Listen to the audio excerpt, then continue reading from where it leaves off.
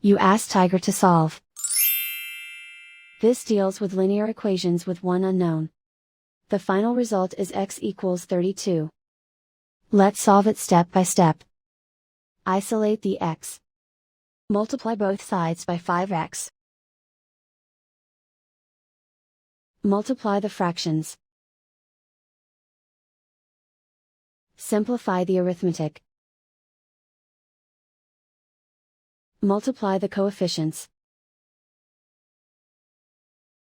Simplify the fraction. Swap sides. Isolate the x. Multiply both sides by inverse fraction 2/1.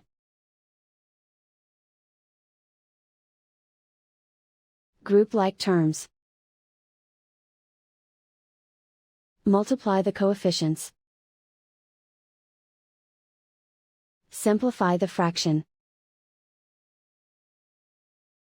Simplify the arithmetic. And so the final result is x equals 32.